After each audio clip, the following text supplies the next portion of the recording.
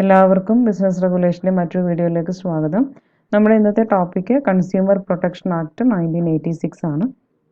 ഇതിൻ്റെ മുമ്പത്തെ മുഴുവൻ വീഡിയോസിൻ്റെയും ഒറ്റ ലിങ്ക്, പ്ലേ ലിസ്റ്റ് ലിങ്ക് ഞാനിതിൻ്റെ ഡിസ്ക്രിപ്ഷൻ ബോക്സിനകത്ത് ബിസിനസ് റെഗുലേഷൻ എന്ന് പറയുന്ന ഹെഡിന് താഴെയായിട്ട് കൊടുത്തിട്ടുണ്ട്. അപ്പോൾ നിങ്ങൾക്ക് അത് ഉപയോഗിച്ചുകൊണ്ട് മറ്റ് വീഡിയോസ് കാണാവുന്നതാണ്.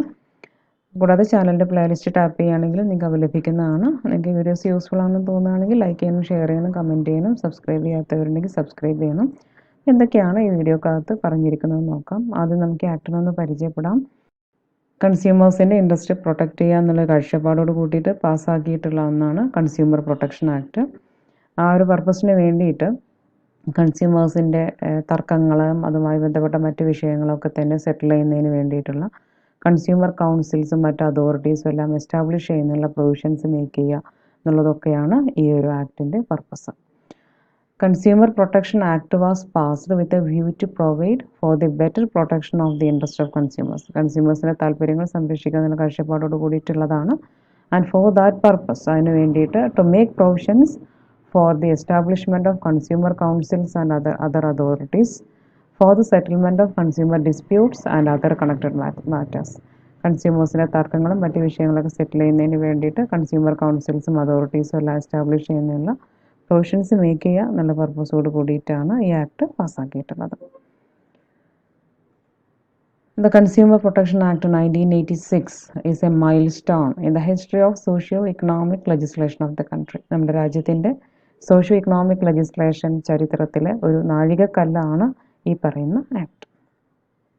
It is one of the most progressive and comprehensive piece of legislation enacted for the protection of consumers. കൺസ്യൂമേഴ്സിൻ്റെ സംരക്ഷണത്തിന് വേണ്ടിയിട്ട് പാസ്സാക്കിയിട്ടുള്ള ഏറ്റവും പുരോഗമനപരവും സമഗ്രവുമായിട്ടുള്ള ഒരു നിയമനിർമ്മാണമാണ് ഇത്.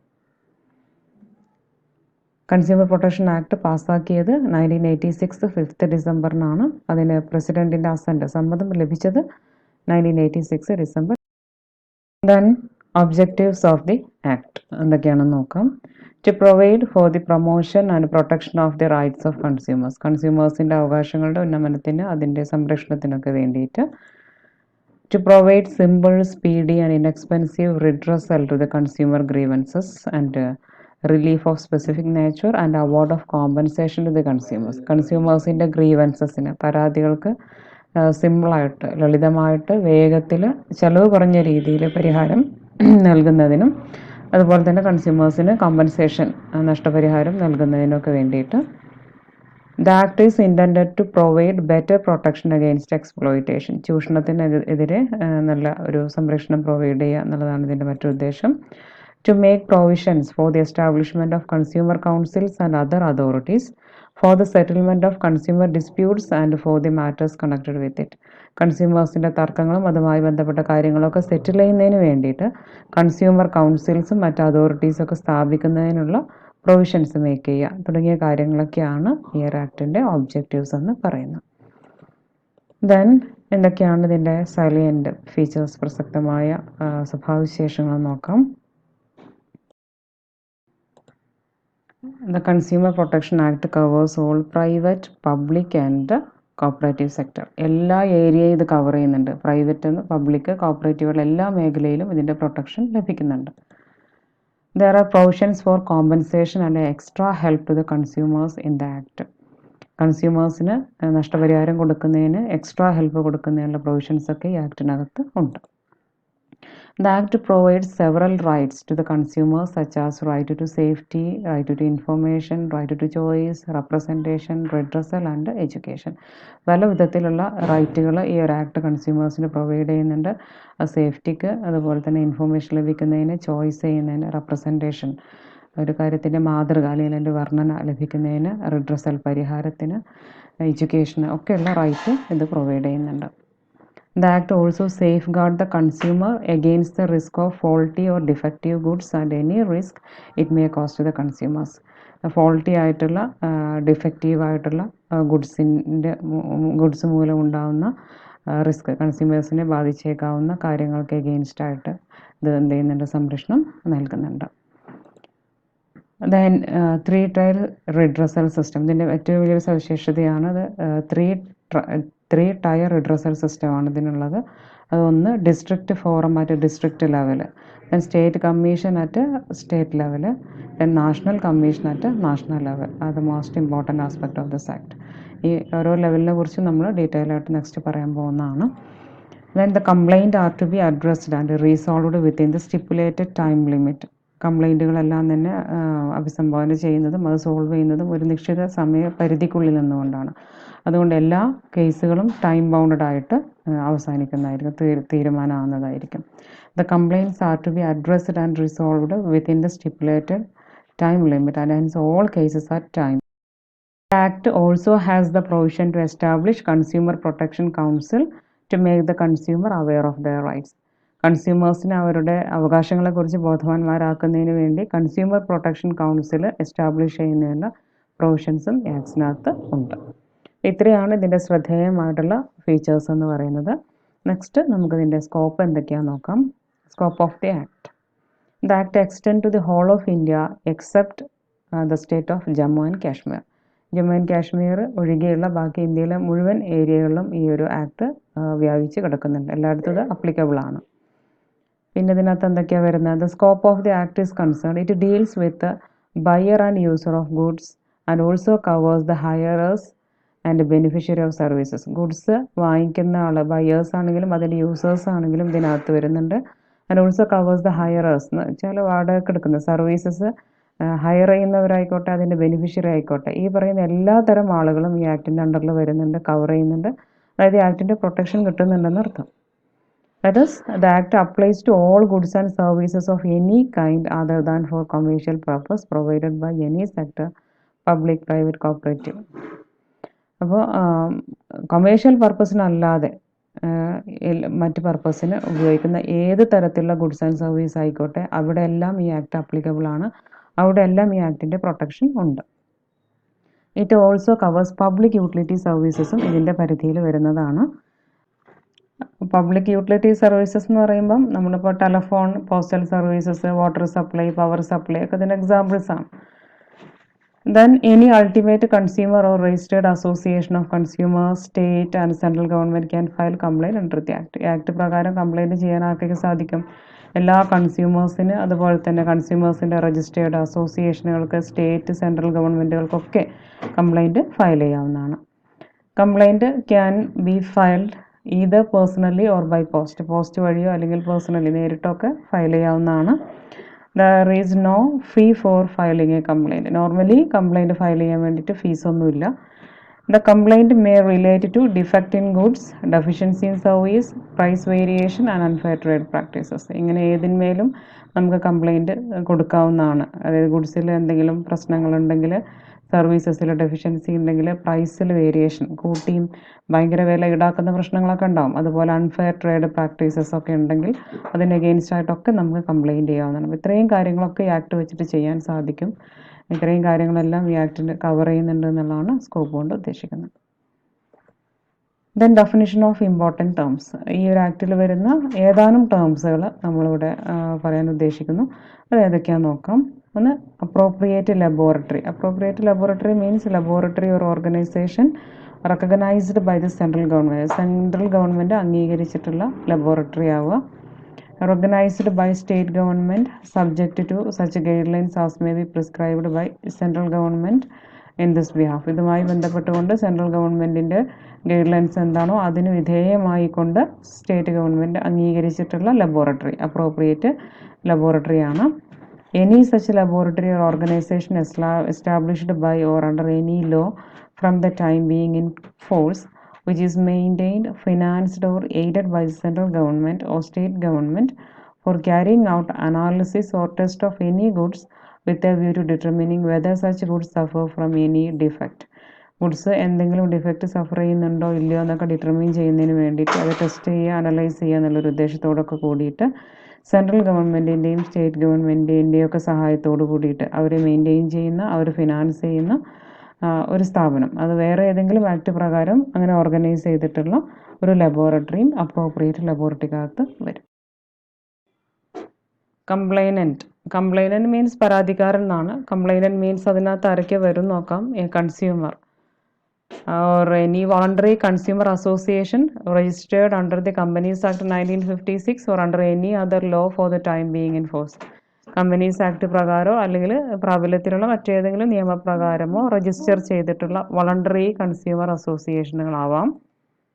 The central government or any state government who or which makes a complaint. Complaint make ചെയ്യുന്ന സെൻട്രൽ ഗവൺമെൻറ്റോ അല്ലെങ്കിൽ ഏതെങ്കിലും സ്റ്റേറ്റ് ഗവൺമെൻറ്റോ ആവാം. One or more consumers where there are numerous consumers having the same interest. ഒരുപാട് കൺസ്യൂമേഴ്സിന് ഒരേ താല്പര്യം, അതായത് ഒരേ പരാതിയോ മറ്റോ ഒക്കെ ഉണ്ടാകുന്ന സന്ദർഭങ്ങളിൽ അങ്ങനെ ഒന്നോ രണ്ടോ കൺസ്യൂമേഴ്സ്, ഒന്നോ അതിലധികമോ കൺസ്യൂമേഴ്സിനെ നമുക്ക് കംപ്ലൈനൻ്റ് ആയിട്ട് ട്രീറ്റ് ചെയ്യാം. In case of death of a consumer മരണപ്പെടുന്ന സമയത്ത് his legal heir or representative, അയാളുടെ അനന്തരാവകാശിയോ അയാളുടെ റെപ്രസെൻറ്റേറ്റീവോ ഒക്കെ കംപ്ലൈനൻ്റ് ആവാം. ദെൻ കംപ്ലൈൻറ്റ് എന്താ നോക്കാം. കംപ്ലൈൻറ്റ് മീൻസ് പരാതി. A complaint means any allegation in writing made by a complainant. ഫോമിൽ ഒരു കംപ്ലൈനൻറ്റ്, ഒരു പരാതിക്കാരൻ റിട്ടേൺ ഫോമിൽ മേഡ് ചെയ്യുന്ന ഏതൊരു ആരോപണവും അലിഗേഷനും കംപ്ലൈൻ്റ് ആണ്. അതിനകത്ത് an unfair trade practice or a restrictive trade practice has been adopted by any trader or service provider. ഏതെങ്കിലും കച്ചവടക്കാരൻ അല്ലെങ്കിൽ സർവീസ് പ്രൊവൈഡർ അവലംബിക്കുന്ന അൺഫെയർ ട്രേഡ് പ്രാക്ടീസസ്, അധാർമികമായിട്ടുള്ള കച്ചവട രീതികൾ, റെസ്ട്രിക്റ്റീവ് ട്രേഡ് പ്രാക്ടീസസ് ഒക്കെ ചെയ്യുമ്പം അതിനെതിരായിട്ടാവാം. The goods bought by him or agreed to be bought by him suffer from one or more defects. അയാൾ വാങ്ങിച്ചിട്ടുള്ളതോ അല്ലെങ്കിൽ വാങ്ങിക്കാമെന്ന് എഗ്രി ചെയ്തിട്ടുള്ളതോ ആയിട്ടുള്ള ഗുഡ്സിന്മേൽ ഒന്നോ അതിൽ കൂടുതലോ ഡിഫക്ട്സ് ഉണ്ടാകുമ്പോഴാവാം. The services hired or availed of or agreed to be hired or availed of by him suffer from deficiency in any respect. ഇതുപോലെ service hire ചെയ്യുകയോ avail ചെയ്യുകയോ ചെയ്തിട്ടുണ്ടാകുമ്പോൾ അല്ലെങ്കിൽ ഹയർ ചെയ്യാനോ അവെയിൽ ചെയ്യാനോ എഗ്രി ചെയ്തിട്ടുണ്ടാകുമ്പോൾ അതിനകത്ത് വല്ല ഡെഫിഷ്യൻസിയും കാണുമ്പോൾ, അപ്പോൾ ഗുഡ്സിന്മേൽ ഡെഫിഷ്യൻസി ഉണ്ടാകുമ്പോഴും സർവീസിന്മേൽ ഡെഫിഷ്യൻസി ഉണ്ടാകുമ്പോഴും a trader or the service provider, as the case may be, has charged for the goods or for the service mentioned in the complaint a price in excess of the price. ഈ കംപ്ലൈൻറ്റിൽ പറഞ്ഞിരിക്കുന്ന ഗുഡ്സോ സർവീസോ ഏതായിക്കോട്ടെ അതിന്മേൽ ഈ service പ്രൊവൈഡറോ അല്ലെങ്കിൽ കച്ചവടക്കാരനോ അമിത price ഈടാക്കുകയാണെങ്കിൽ, അമിത price എന്ന് പറയുമ്പോൾ ഏത് പ്രൈസിനേക്കാളും കൂടുതലുള്ളതെന്ന് പറയുന്നുണ്ട് താഴെ, fixed by or under any law for the time being in force. ഇപ്പോൾ നിലവിലുള്ള നിയമപ്രകാരം മറ്റോ ഫിക്സ് ചെയ്തിട്ടുള്ള പ്രൈസിനേക്കാളും കൂടിയ പ്രൈസ് ചാർജ് ചെയ്തിട്ടുണ്ട് എങ്കിൽ, displayed on the goods or any package containing such goods, അത്തരം ഗുഡ്സ് അടങ്ങിയുള്ള പാക്കേജിന്മേലോ ഗുഡ്സിന്മേലോ ഡിസ്പ്ലേ ചെയ്തിട്ടുള്ള പ്രൈസിനേക്കാളും കൂടുതൽ, displayed on the price list exhibited by him by or under any law for the time being in force. അപ്പം അയാൾ exhibit ചെയ്തിട്ടുള്ള ആ ഒരു പ്രൈസ് ലിസ്റ്റിൽ ഒക്കെ ഡിസ്പ്ലേ ചെയ്തിട്ടുള്ള നിയമപ്രകാരമുള്ളതിനേക്കാളൊക്കെ കൂടുതലുള്ള പ്രൈസ് ചാർജ് ചെയ്തിട്ടുണ്ടെങ്കിൽ, എഗ്രീഡ് ബിറ്റ്വീൻ ദ പാർട്ടീസ്, ഇപ്പോൾ രണ്ട് പാർട്ടീസ് എഗ്രി ചെയ്തിട്ടുള്ളൊരു ട്രേഡൊക്കെ ആണെങ്കിൽ അവർ എഗ്രി ചെയ്ത പ്രൈസിനേക്കാളും കൂടുതൽ ലിസ്റ്റിനകത്ത് കാണിക്കുകയോ ചാർജ് ചെയ്യുകയോ ചെയ്തിട്ടുണ്ടെങ്കിൽ അങ്ങനെയുള്ള സന്ദർഭങ്ങളിലൊക്കെ കംപ്ലൈൻറ്റ് ചെയ്യാവുന്നതാണ്. Then goods which will be hazardous to life and safety when used are being offered for sale to the public. ലൈഫിനോ മറ്റോ ഹസാർഡസ് ആയിട്ടുള്ള ഹാനികരമായിട്ടുള്ള ഗുഡ്സ് പബ്ലിക്കിന് ഓഫർ ചെയ്യപ്പെടുമ്പോൾ ഇതിനകത്ത് ഏതൊക്കെയാണ് വരുന്നത് നോക്കാം. In contravention of any standard relating to safety of such goods as required to be complied with by or under any law for the time being in force.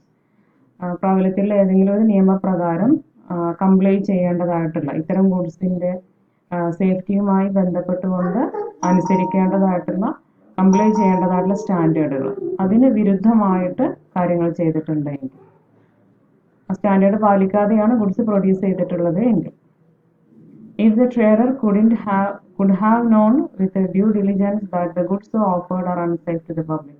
പബ്ലിക്കിന് ഇങ്ങനെ offer ചെയ്തിരിക്കുന്ന goods unsafe ആണ് എന്നുള്ളത് ട്രേഡർക്ക് അറിയാമായിരുന്നുവെങ്കിൽ, services which are hazardous or likely to be hazardous, അതുപോലെ hazardous ആയേക്കാവുന്ന services to life and safety of the public when used, ഉപയോഗിച്ചു കഴിഞ്ഞാൽ അതുപോലെ ഹസാർഡസ് ആയേക്കാവുന്ന services being offered by service provider which such person could have known with due diligence to be injurious to life and safety. അതുപോലെ ലൈഫിനും സേഫ്റ്റിക്കും injurious ആണെന്ന് service പ്രൊവൈഡർക്ക് അറിയാമായിരുന്നുവെങ്കിൽ, അപ്പോൾ അത്തരത്തിൽ ഏതൊരു കാര്യം ചെയ്യുകയാണെങ്കിലും ഹസാർഡസ് ആയിട്ട് ചെയ്യുന്ന കാര്യങ്ങൾക്കെതിരായിട്ട്, അപ്പോൾ ഈ പറയുന്ന ഏതെങ്കിലും ഒരു കാര്യത്തെക്കുറിച്ച് തയ്യാറാക്കുന്ന അലിഗേഷൻ എന്താണ്, ആരോപണങ്ങൾ കംപ്ലൈൻ്റ് ആണ് എന്നാണ് പറഞ്ഞത്.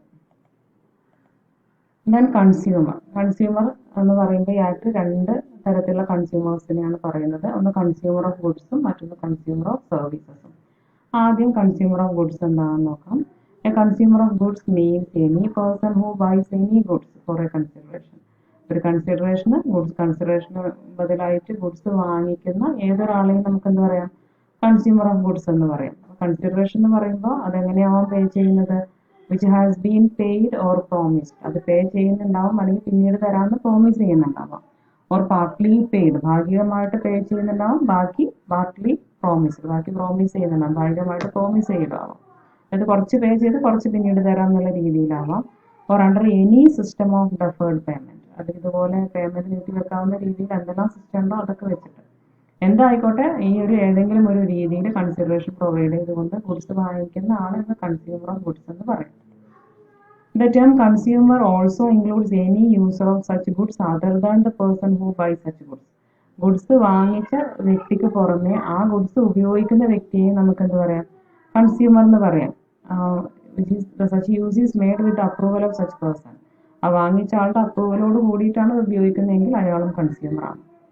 പിന്നെ ഇവിടെ ഫോർ കൺസിഡറേഷൻ എന്ന് പറഞ്ഞത് ഇവിടെ പറഞ്ഞ കാര്യങ്ങൾ തന്നെ വീണ്ടും റിപ്പീറ്റ് ചെയ്ത് പറഞ്ഞാണ്. കൺസിഡറേഷൻ ഈ രീതിയിൽ കൺസിഡറേഷൻ കൊടുത്തുകൊണ്ട് ഗുഡ്സ് വാങ്ങിച്ച ഒരാളുടെ സമ്മതത്തോടു കൂടി അയാളുടെ ഗുഡ്സ് ഉപയോഗിക്കുന്ന ഒരാളെയും നമുക്ക് കൺസ്യൂമർ ആണെന്ന് പറയാവുന്നതാണ്.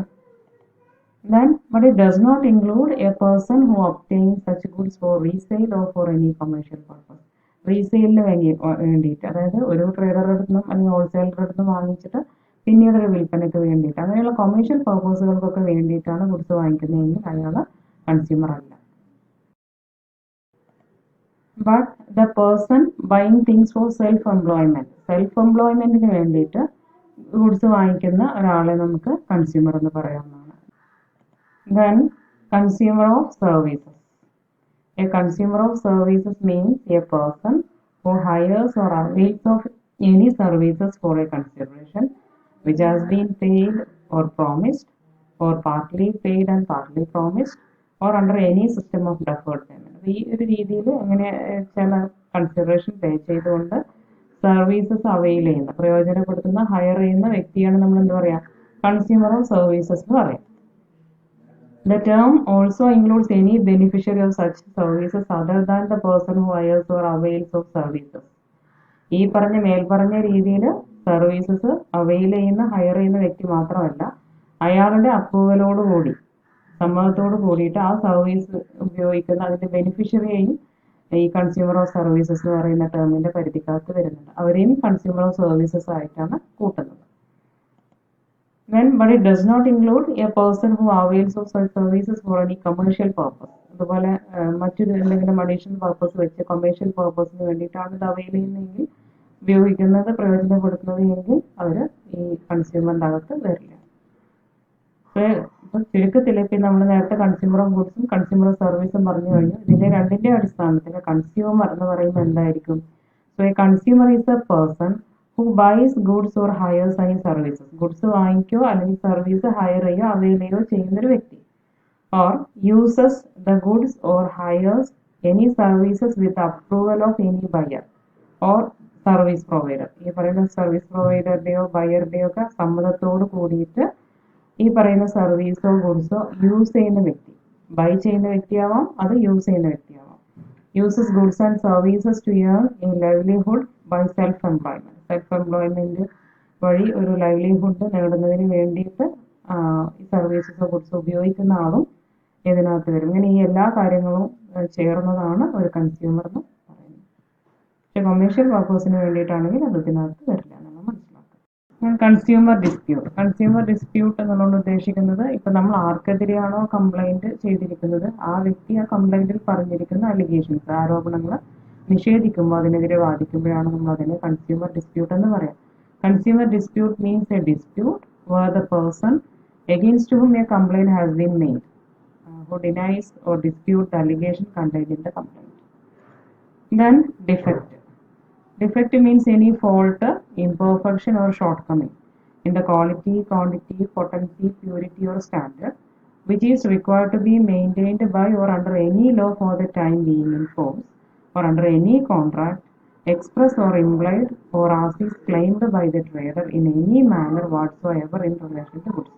ഗുഡ്സുമായി ബന്ധപ്പെട്ടുകൊണ്ട് ഏതെങ്കിലും പ്രാബല്യത്തിലുള്ള നിയമം മൂലമോ കോൺട്രാക്ട് മൂലമോ അല്ലെങ്കിൽ ട്രേഡർ എക്സ്പ്രസ്സിൽ ഇംപ്ലൈഡ് ആയിട്ട് ക്ലെയിം ചെയ്തതോ ഒക്കെ ആയിട്ടുള്ള ക്വാളിറ്റി, ക്വാണ്ടിറ്റി, പൊട്ടൻസി, അതിൻ്റെ വീര്യം, അതിൻ്റെ പ്യൂരിറ്റി സ്റ്റാൻഡേർഡ്, ഇതിലൊക്കെ എന്തെങ്കിലും ഒരു ഷോർട്ട് കമ്മിങ് ഉണ്ടാവുകയാണെങ്കിൽ, ഇംപെർഫെക്ഷൻ അല്ലെങ്കിൽ ഫോൾട്ട് ഉണ്ടാവുകയാണെങ്കിൽ അതിനെയാണ് നമ്മൾ എന്ത് പറയുക, ഡിഫക്റ്റ് എന്ന് പറയാം.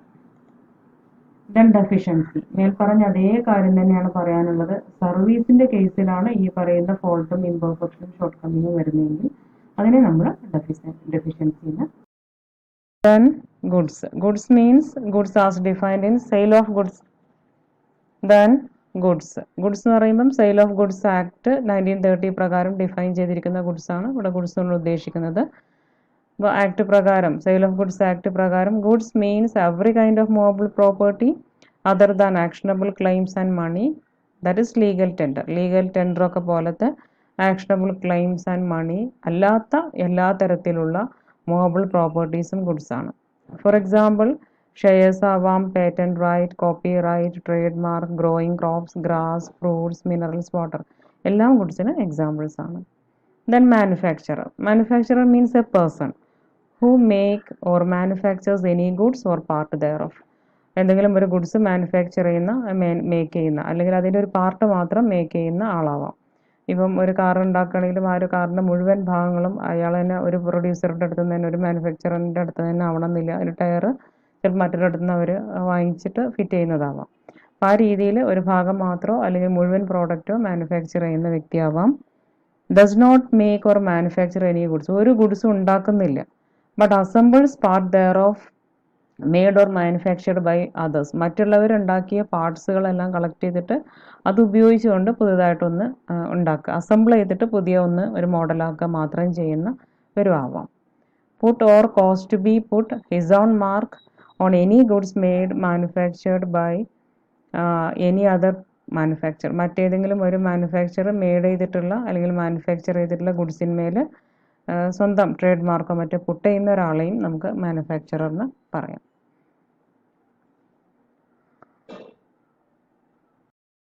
Then person. Person includes a firm, whether registered or not. Register ചെയ്തതോ അല്ലാത്തതോ ആയിട്ടുള്ള ഒരു ഫേം ആവാം, ഹിന്ദു അൺഡിവൈഡഡ് ഫാമിലി ആവാം, A cooperative society, every other association of person, whether registered under the Societies Registration Act 1860 or not. Societies registration act 1860 പ്രകാരം register ചെയ്തിട്ടുള്ളതോ അല്ലാത്തതോ ആയിട്ടുള്ള എല്ലാ അസോസിയേഷൻ ഓഫ് പേഴ്സൺസും, AIOPയും കോപ്പറേറ്റീവ് സൊസൈറ്റിയും HUFും ഫേമും എല്ലാം പേഴ്സണിനകത്ത് വരും. Then service. Service means service of any description which is made available to potential users. Potential യൂസേഴ്സിന് നമ്മൾ ലഭ്യമാക്കുന്ന ഏത് വിധത്തിലുള്ള സർവീസിനെയും നമുക്ക് സർവീസ് എന്ന് പറയാം.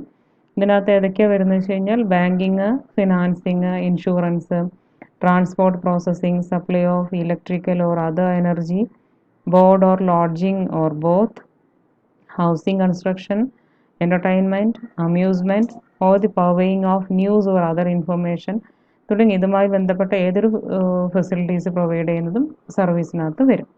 അതേസമയം but it does not include the rendering of any service free of charge. Free ആയിട്ട് കൊടുക്കുന്ന സർവീസുകൾ സർവീസിനകത്ത് വരില്ല. Or under a contract of personal service, personal സർവീസിൻ്റെ കോൺട്രാക്റ്റിൻ്റെ കീഴിൽ കൊടുക്കുന്നതും ഇതിനകത്ത് വരില്ല. Restrictive trade practices. Restrictive trade practices means a trade practice which tends to bring about manipulation of price or its condition of delivery or to affect flow of supplies in the market relating to goods or services in such a manner as to impose on the consumers unjustified cost or restriction. കൺസ്യൂമേഴ്സിൻ്റെ അടുത്ത് നിന്ന് unjustified ആയിട്ടുള്ള ഒട്ടും ന്യായമല്ലാത്ത cost ഈടാക്കുന്നതിന് അല്ലെങ്കിൽ ചുമത്തുന്നതിന് അവിടെ restrictions കൊണ്ടുവരാൻ എന്നുള്ള ഉദ്ദേശത്തോട് കൂടിയിട്ട് പ്രൈസിൽ മാനിപ്പുലേഷൻ നടത്തുക, അതിൻ്റെ ഡെലിവറി കണ്ടീഷൻസിനകത്ത്, അതുപോലെ തന്നെ ഗുഡ്സിൻ്റെയും സർവീസിൻ്റെയൊക്കെ മാർക്കറ്റിലേക്കുള്ള സപ്ലൈനെ അഫക്റ്റ് ചെയ്യുക, അതിൻ്റെ ഫ്ലോനെ അഫക്റ്റ് ചെയ്യുകയൊക്കെ ചെയ്യുന്ന തരത്തിലുള്ള പ്രവർത്തനങ്ങളെയാണ് നമ്മൾ റെസ്ട്രിക്റ്റീവ് ട്രേഡ് പ്രാക്ടീസസ് എന്ന് പറയാം. ഇപ്പോൾ പ്രൈസ് ഇൻക്രീസ് ചെയ്യിക്കുക, പിന്നെ വല്ലാണ്ട് വർദ്ധിപ്പിക്കുക എന്നുള്ളൊരു ഉദ്ദേശത്തോട് കൂടിയിട്ടൊക്കെ ഗുഡ്സിൻ്റെ സപ്ലൈ ഡിലേ ചെയ്യിക്കുക, തടസ്സപ്പെടുത്തുകയൊക്കെ ചെയ്യുന്ന രീതിയാവാം. അതുപോലെ തന്നെ എന്തെങ്കിലും ഒരു പ്രോഡക്റ്റ് വാങ്ങിക്കണമെങ്കിൽ അതിൻ്റെ മുമ്പായിട്ടും വേറൊരു പ്രോഡക്റ്റ് മസ്റ്റായിട്ടും വാങ്ങിക്കണം എന്നുള്ള രീതിയിൽ കണ്ടീഷൻ വെക്കുക, അങ്ങനെയുള്ളതിനൊക്കെയാണ് നമ്മൾ റെസ്ട്രിക്റ്റീവ് ട്രേഡ് പ്രാക്ടീസ് എന്ന് പറയാം. Then spurious goods and services. Spurious goods and services means such goods and services which are claimed to be genuine but they are actually not so. Genuine ആണെന്ന് claim ചെയ്യുകയും actually യഥാർത്ഥത്തിൽ അങ്ങനെ അല്ലാത്ത തരത്തിലുള്ള goods and സർവീസിനെയാണ് നമ്മൾ spurious goods എന്ന് പറയാം. സത്യസന്ധമായ, കളങ്കമില്ലാത്ത, കലർപ്പില്ലാത്ത എന്നൊക്കെയുള്ള മീനിങ് ആണ്. Then trader. Trader in relation to any goods means a person. ഏതെങ്കിലും ഒരു ഗുഡ്സുമായി ബന്ധപ്പെടുത്തി ട്രേഡർ എന്ന് പറയുമ്പോൾ a person who sells or distributes any goods for sale. വിൽപ്പനയ്ക്ക് വേണ്ടിയിട്ട് എന്തെങ്കിലും ഗുഡ്സ് സെല്ല് ചെയ്യോ ഡിസ്ട്രിബ്യൂട്ടോ ചെയ്യുന്ന വ്യക്തിയാണ്. അതിനകത്ത് ആരും വരാം, മാനുഫാക്ചറും വരാം. And where such goods are sold or distributed in package form. Package ഫോമിലാണ് ഗുഡ്സ് സോൾഡ് ചെയ്യുന്നത്, ഡിസ്ട്രിബ്യൂട്ട് ചെയ്യുന്നത് എങ്കിൽ അവിടെ ഇൻക്ലൂഡ്സ് ദ പാക്കർ ദെയർ. പാക്കറും അതിനകത്ത് വരും. Then unfair trade practice. Unfair trade practice means a trade practice which for the purpose of promoting the sale, use or supply any goods or for the provision of any service adopts any unfair method or unfair or deceptive practices. എന്തെങ്കിലും ഗുഡ്സിൻ്റെ സപ്ലൈയോ അതിൻ്റെ യൂസോ അതിൻ്റെ സെയിലോ അല്ലെങ്കിൽ സർവീസിൻ്റെ പ്രൊവിഷനോ ഒക്കെ promote ചെയ്യുക, മെച്ചപ്പെടുത്തുക, വർദ്ധിപ്പിക്കുക എന്നുള്ള ഉദ്ദേശത്തോട് കൂടിയിട്ട് എന്തെങ്കിലും തെറ്റായിട്ടുള്ള, അൺഫെയർ ആയിട്ടുള്ള, അത് മീൻസ് അധാർമികമായിട്ടുള്ള, ഡിസെപ്റ്റീവ് ആയിട്ടുള്ള, മോഹിപ്പിക്കുന്ന, വഞ്ചനാപരമായിട്ടുള്ള കച്ചവട രീതി അവലംബിക്കുന്നതിനെയാണ് അൺഫെയർ ട്രേഡ് പ്രാക്ടീസ് എന്ന് പറയാം. ഇപ്പോൾ യഥാർത്ഥത്തിൽ ഇല്ലാത്ത ക്വാണ്ടിറ്റി ഒക്കെ ഉണ്ടെന്നുള്ള രീതിയിൽ ഫോൾസ് സ്റ്റേറ്റ്മെൻറ്റ് നടത്തലാവാം. അതുപോലെ തന്നെ ബാർഗെയിൻ പ്രൈസ്, യഥാർത്ഥത്തിൽ നമ്മൾ വിൽക്കാൻ ഉദ്ദേശിക്കാത്ത ഒരു ബാർഗെയിൻ പ്രൈസ് ന്യൂസ് പേപ്പറിൽ മറ്റൊക്കെ അഡ്വർടൈസ്മെൻ്റ് ആയിട്ട് കൊടുക്കലാവാം. പ്രൈസ് വർദ്ധിപ്പിക്കാൻ വേണ്ടിയിട്ട് ഹോർഡിങ് പൂഴ്ത്തി വെക്കുക അല്ലെങ്കിൽ ഗുഡ്സ് ഡിസ്ട്രക്ട് ചെയ്യുകയോ ചെയ്യലാവാം. അതുപോലെ സ്പ്യൂരിയസ് ഗുഡ്സ് മാനുഫാക്ചർ ചെയ്യലോ മറ്റോ ചെയ്യുന്നതും ഒക്കെ ഇതിനകത്താണ് വരുന്നത്. അപ്പോൾ ഇത്രയാണ് നമുക്ക് ഇതിൽ ഇമ്പോർട്ടൻ്റ് ടേംസ് പറയാനുള്ളത്. ബാക്കി കാര്യങ്ങൾ നമുക്ക് നമ്മുടെ നെക്സ്റ്റ് വീഡിയോയിൽ കാണാം. നിങ്ങൾക്ക് ഈ വീഡിയോസ് എല്ലാം യൂസ്ഫുൾ ആണെന്ന് തോന്നുകയാണെങ്കിൽ ലൈക്ക് ചെയ്യണം, ഷെയർ ചെയ്യണം, കമൻറ്റ് ചെയ്യണം. നിങ്ങളുടെ സംശയങ്ങൾ നിങ്ങൾക്ക് കമൻറ്റ് ബോക്സിൽ നിങ്ങൾക്ക് കൊടുക്കാവുന്നതാണ്. അപ്പം നെക്സ്റ്റ് വീഡിയോയിൽ കാണാം. Till then